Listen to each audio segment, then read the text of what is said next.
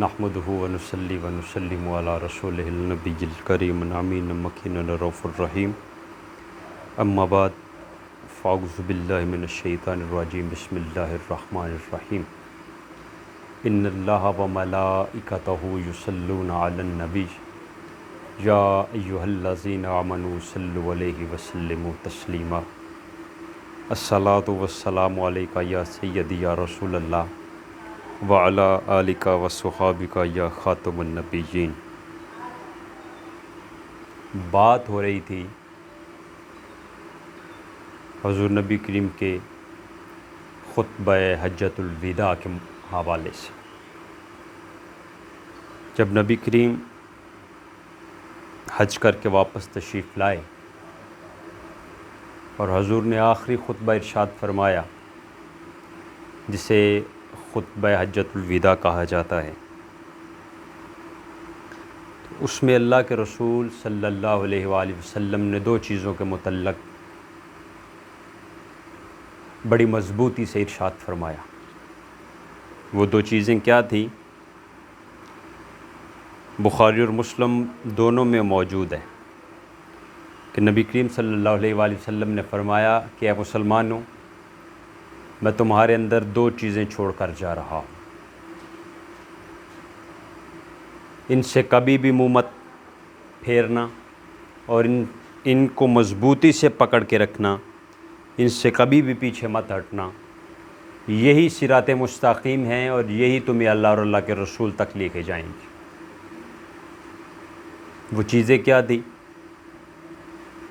سب سے پہلے حضور نے ارشاد فرمایا کلام اللہ، اللہ کا کلام، قرآن پاک، کلام اللہ، کلام اللہ۔ 3 بار حضور نے ارشاد فرمایا کہ میں آپ کے درمیان جو دو چیزیں چھوڑ کے جا رہا ہوں ان میں جو پہلی چیز ہے وہ ہے کلام اللہ، کلام اللہ، کلام اللہ۔ دوسری مرتبہ حضور نے فرمایا جو دوسری چیز آپ کے درمیان میں چھوڑ کے جا رہا ہوں وہ ہے میری اہل بیت، میری آل، میری آل، میری آل۔ 3 باری قرآن کے متعلق ارشاد فرمایا اور 3 باری حضور نے اپنی آل کے متعلق ارشاد فرمایا۔ اب معاملہ خراب کہاں پہ ہوا؟ مسلمانوں کا زوال کیسے شروع ہوا؟ مسلمانوں کے زوال کا سبب بھی یہ دو چیزیں ہی بنی، مسلمانوں کے عروج کا سبب بھی یہ دو چیزیں بنی اور مسلمانوں کے زوال کا بھی سبب یہ دو چیزیں بنی۔ اب دیکھیں کہ نبی کریم دنیا سے تشریف لے گئے، واقعہ کربلا رونما ہوا۔ سر یہ بہت بڑا ایک سانحہ ہے۔ آپ کا کیا خیال ہے کہ دنیا اس چیز کو بھول جائے گی؟ نہیں۔ یا یہ کوئی معمولی بات ہے؟ نہیں، یہ بہت بڑا ایک سانحہ ہے کہ نبی کی امت نبی کریم کے 45 یا 50 سال کے بعد نبی کے نام پر نبی کی ساری اولاد کو ذبح کر دے۔ ٹھیک، پہلے تو قرآن کو پس پشت ڈالا گیا، قرآن سے دلچسپی ہٹائی گئی، اور پھر حضور کی ساری آل کو، نبی کی ساری آل کو نبی کے نام پر، اسی کلمے پر، اسی دین کے نام پہ ذبح کر دیا گیا۔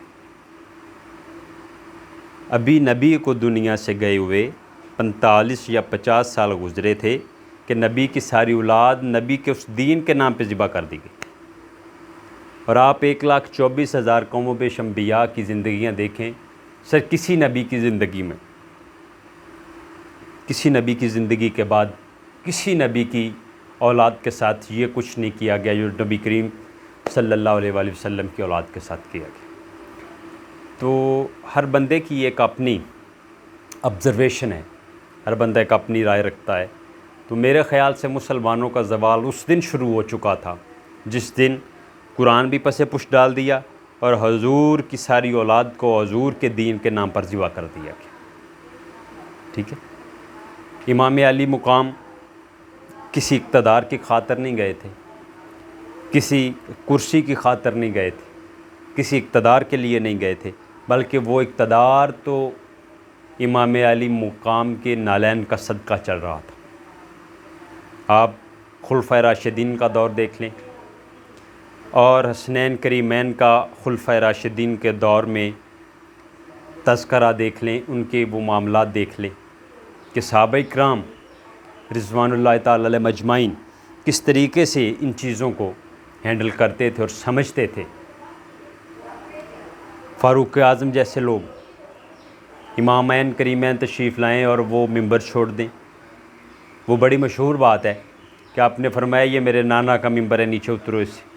تو حضرت فاروق اعظم ممبر سے تشریف لے آئے نیچے، فرض نماز کا ٹائم، جمعے کا خطبہ دے رہے تھے، خطبہ چھوڑا اور نیچے تشریف لے آئے۔ حضرت علی کرم اللہ وجہ الکریم کی ذات مقدس آپ بھی وہاں پہ موجود تھے۔ آپ نے فرمایا امیر المومنین، آپ یہ مت سمجھیے گا کہ میں شہزادوں کو شاید یہ باتیں سکھا کے لایا ہوں، یہ خود ساختہ کر رہے ہیں، جو بھی فرما رہے ہیں یہ خود ساختہ ہے۔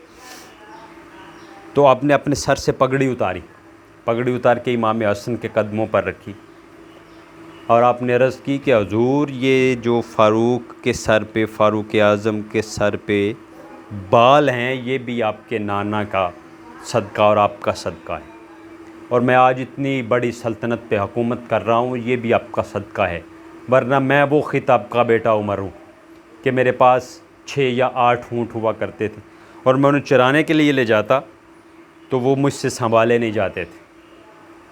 اور ایک دن میں بڑی شدید گرمی میں اونٹ چرانے کے لیے گیا ہوا تھا، تو ایک درخت کے سائے میں بیٹھا ہوا تھا، اونٹ کہیں دور نکل گئے، میرے باپ نے دیکھ لیا، اس نے مجھے اتنا مارا کہ میرا کئی دن تک بخار نہ اترا۔ تو آج یہ سر عزت، یہ مقام، یہ سرفرازی اور یہ سر بلندی آپ کی وجہ سے مجھے ملی ہوئی۔ تو یہ صحابہ کا عقیدہ تھا اہل بیت کے متعلق۔ اب کبھی بھی ان چیزوں کو کمپیئر نہ کریں، صحابہ اکرام اور اہل بیت۔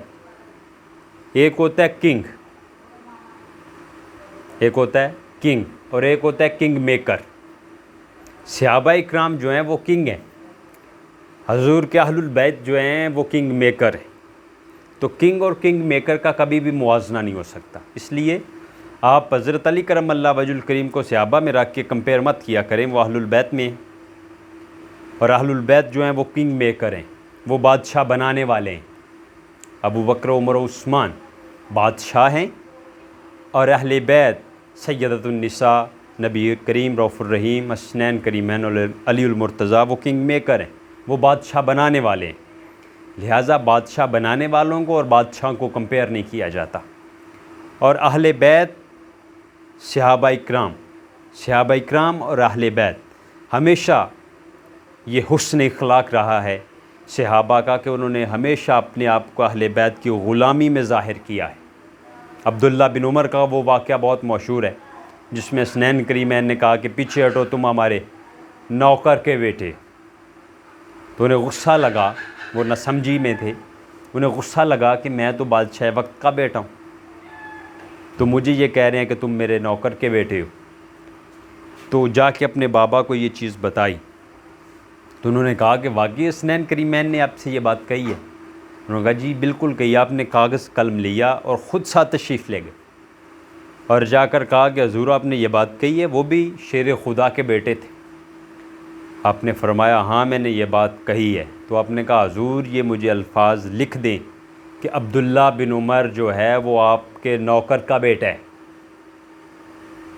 اور فاروق اعظم وہ ہیں کہ جو عشرہ مبشرہ میں شامل ہیں، حضور نے انہیں دنیا میں زندگی میں ہی جنت کی بشارت دی ہوئی، لیکن اس کے باوجود مسجد میں تشریف لائے، خطبہ دیا اور کہا کہ اے لوگو سن لو، اس پرچی کو لہرایا، کہا جب میں مروں، میں مر جاؤں، اس دنیا سے چلا جاؤں، تو یہ جو خط ہے، یہ جو رکا ہے، یہ جو چٹھی ہے، یہ آپ نے میرے کفن میں رکھ دینی ہے۔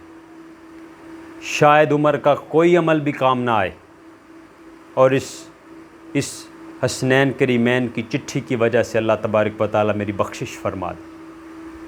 تو سر یہ صحابہ اکرام کا عقیدہ اہل بیت کے متعلق، وہ جانتے ہیں، وہ سمجھتے ہیں کہ یہ کنگ میکر ہیں، ہم کنگ ہیں اور یہ کنگ میکر ہیں۔ موجودہ دور میں جو خرافات ڈالی جا رہی ہیں صحابہ کو لے کے، یا اہل بیت کو لے کے وہ بالکل بے ساختہ ہیں. وہ ایک لابی ہے، کوئی ایران کی لابی پہ چل رہا ہے اور کوئی عرب کی لابی پہ چل رہا ہے. ٹھیک ہے، صحابہ اکرام اور اہل بیت میں کسی قسم کا کوئی اختلاف نہیں ہے. صحابہ نے ہمیشہ اہل بیت کو اپنا سردار مانا ہے اور ہمیشہ خود کو ان کا نوکر تسلیم کیا ہے اور ہمیشہ ان کی تابعداری کی ہے. تو موجودہ دور میں جو خرافات ڈالی جا رہی ہیں، جو بدعقیدگیاں پھیلائی جا رہی ہیں، ان سے سادہ لو مسلمان جو ہیں انہیں بچنے کی ضرورت ہے اور بچنا چاہیے بھی، کیونکہ حضور کی غلامی میں رہ کر ان خرافات میں اپنے دل کو ڈالنا یا اپنا دماغ اس میں صرف کرنا بالکل غلط ہے. اور ہمیشہ سے مسلک مہذب حق اہل سنت نے اس چیز کا ہی درس دیا ہے، اس چیز کی ہی ترجمانی کی ہے کہ یہ جو معاملات یا جو اختلافات لوگ لے کے پھر رہے ہیں، ان کی کوئی صحیح سند موجود نہیں ہے، ان کا کوئی صحیح حوالہ موجود نہیں ہے. یہ غیر مصدقہ اطلاعات ہیں، غیر مصدقہ خبریں ہیں. ٹھیک ہے، مسلک مہذب حق اہل سنت جو ہے وہ تاریخ کا مسلک نہیں ہے، وہ قرآن اور حدیث کا مسلک ہے، وہ اللہ اور اللہ کے رسول کے فرمان کا مسلک ہے. تو تاریخ میں تو بڑے سارے تضاد موجود ہیں. تاریخ میں اگر میں نے تاریخ لکھی ہے تو میں نے اسے اپنے انداز سے لکھا ہے، اگر آپ نے تاریخ لکھی ہے تو آپ نے اسے اپنے انداز سے لکھا ہے، اگر کسی دوسرے تیسرے چوتھے پانچویں 10ویں آدمی نے لکھا ہے تو اسے اپنے طریقے سے لکھا ہے. لیکن جو قرآن ہے وہ حقیقت ہے اور جو فرمان مصطفیٰ ہے وہ بھی حقیقت ہے. اور اہل سنت نے ہمیشہ حقیقت شناسی کی ہے اور حقیقت کی بات کو آگے پہنچایا ہے. اس واسطے ان خرافات سے محفوظ رہیں اور صحابہ اکرام کے بارے میں کوئی بدگمانی نہ رکھیں اور نہ اہل بیت کے متعلق کوئی بدگمانی رکھیں. یہ جو صحابہ اکرام کے متعلق ان کے راگ الاپتے پھر رہے ہیں نا معاشرے میں، انہیں صحابہ کے ساتھ کوئی دلچسپی نہیں، انہیں صحابہ سے کوئی محبت نہیں ہے. یہ اہل بیت کے بغض میں صحابہ کی محبت کا پرچار کرتے پھر رہے. ایک واحد مسلک کے حق اہل سنت ہے جو صحابہ کا بھی دل و جان سے احترام کرتا ہے اور اہل بیت کا بھی دل و جان سے احترام کرتا ہے. ہم وہ لوگ ہیں جو اہل بیت کے لیے اپنا تن من دن ہر چیز قربان کرنے کے لیے حاضر ہیں، اور ہم ہی وہ لوگ ہیں جو صحابہ اکرام کی عزت، حرمت اور ناموس کے لیے بھی اپنی گردنیں کٹانے کے لیے حاضر ہیں. اور ہم ہی ہیں وہ جو امہات المومنین کی عزتوں پر بھی پہرا دیتے ہیں. حرمت رسول کی باری آئے تو اہل سنت کی گردنیں کٹتی ہیں، حرمت اہل بیت کی باری آئے تو اہل سنت کی گردنیں کٹتی ہیں، حرمت صحابہ کی باری آئے تو اہل سنت جو ہیں وہ سب سے آگے ہوتے ہیں. حرمت ازواج مطہرات کی باری آئے تو سب سے پہلے مسلک حق اہل سنت اس کی ترجمانی کرتا ہے. اس لیے اپنے دل اور دماغ جو ہیں انہیں بالکل مضبوط رکھیں اور صحابہ اکرام اور اہل بیت کے لیے اپنے دلوں میں کبھی بھی کوئی خرافات پیدا مت ہونے دیں، بلکہ عشق و محبت کا جو ایک رستہ ہے اسے اپنائیں. اللہ تعالی ہم سب کو عمل کی توفیق عطا فرمائے.